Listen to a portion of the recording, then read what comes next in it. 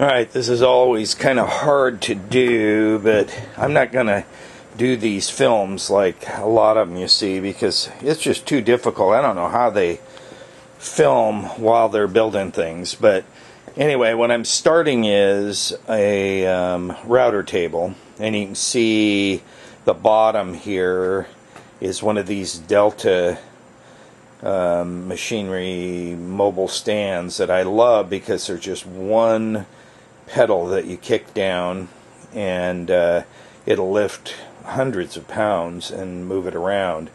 So I kind of beef it up a little bit with some wood, get started with the wood. This, I'm making the bottom part of the router table, and I'm going to put 2 drawers in there, and I just finished doing some dovetails on the drawers and getting them ready. One big one so that I can put the routers and bigger stuff in, and a smaller one for parts and things. Now, this looks awful short for a router table, but what I decided to do partway through is I'm going to make a portable part that fits on the top that's the actual router table.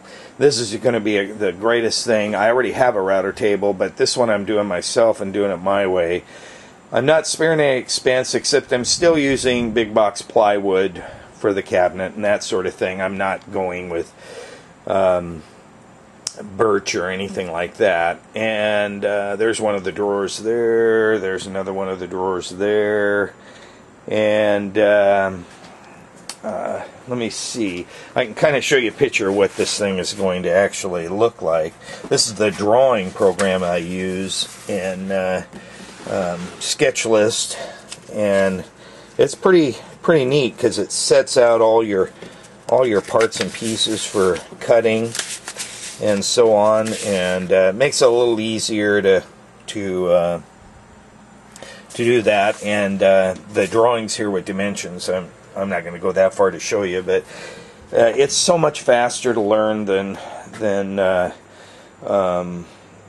whatever that Google one is. It's just too much time involved. And this is going to be kind of patterned like some of these other mobile stands. Like this is the one I put my planer on. And then there's my bandsaw one. And that one there is for my radial drill press and 6-inch and belt sander. And this is the old router table. And I'm going to do this new one along these lines where the top is, there's going to be a fake top.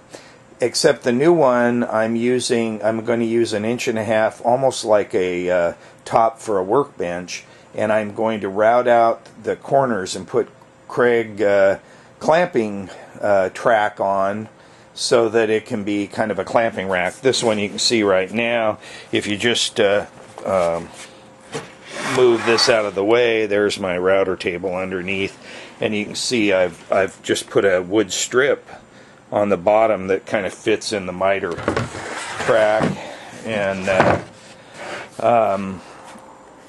there's my fence. And I built the fence that I have here, which is really slick. But anyway, I'll kind of show this as I go. There's another drawer.